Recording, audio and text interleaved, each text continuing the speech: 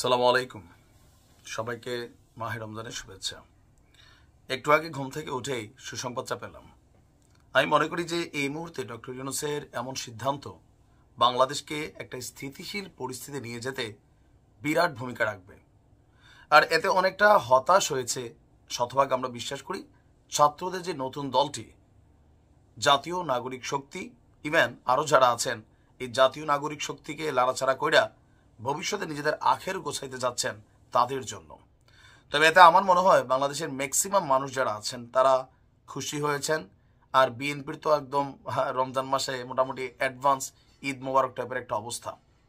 গেল 3 দিন আগে প্রধান উপদেষ্টার যে প্রেস সচিব আছেন বা প্রেস উইংয়ের যিনি কথা বলেন শফিক, তো শফিক বলছিলেন যে নির্বাচনটা এই বছর যদি না হয় তাহলে আগামী বছর মার্চে হবে।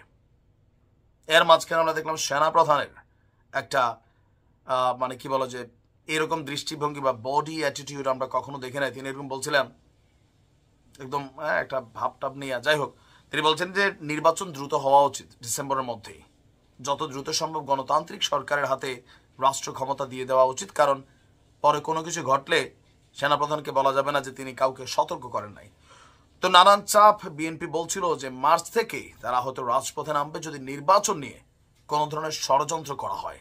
অপরদিকে ইসি শক্ত ভূমিকায় ছিল যে স্থানীয় সরকার নির্বাচন আগে করতে চাচ্ছে না। ইসিও নির্বাচন কমিশন তাদের বক্তব্য যে জাতীয় সংসদ নির্বাচন আগে হওয়া উচিত এবং তারাও তাদের সিদ্ধান্তে অনর্থ। এই সার্কামস্ট্যান্সেস যেটা তৈরি হয়েছে সেই পরিস্থিতিতে আজকে আমাদের ডক্টর ইউনূস তিনি একটা বিশেষ বার্তা দিয়েছেন জাতির উদ্দেশ্যে।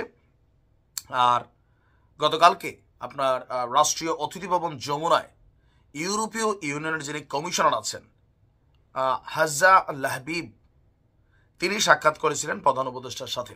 আর সেইখানে তিনি দিয়েছেন এই বক্তব্য যে অন্তর্বর্তী সরকার একটি অবাধ এবং সুষ্ঠু নির্বাচন অনুষ্ঠানে প্রতিশ্রুতিবদ্ধ এবং এই বছরের ডিসেম্বরের মধ্যেই ভোট সম্ভবত অনুষ্ঠিত হতে যাচ্ছে। সম্ভবত এই শব্দটা নিয়ে আবার কিছুটা হয়তো ধোঁয়াশা কুয়াশা থাকলেও থেকে যেতে পারে।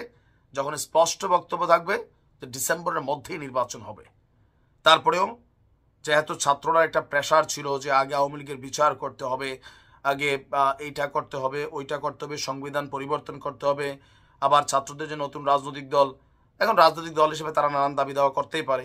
তো সরকার হিসাবে এখন ডক্টর ইউনূসের কাছে বিপিনুরের দল প্রতিদিন কত কিছু দাবি করে, বিএনপি প্রতিদিন কত কিছু দাবি করে, অন্যান্য দলগুলো প্রতিদিন কত কিছু দাবি করে, পাত্তা দেয়ও না, তারা তাদের কাজ করে যাচ্ছে। সো ছাত্রদের যে নতুন দল হয়েছে তারা অনেক কিছু দাবি করতে পারে, রাইট নাও তারা সরকারের সাথে কানেক্টেড না, তাদের বক্তব্য। So as a political party হিসাবে তাদের যে মুভমেন্ট বা তাদের যে বক্তব্য সেটাকে একপাশে রেখে দিলেন ডক্টর মোহাম্মদ ইউনূস।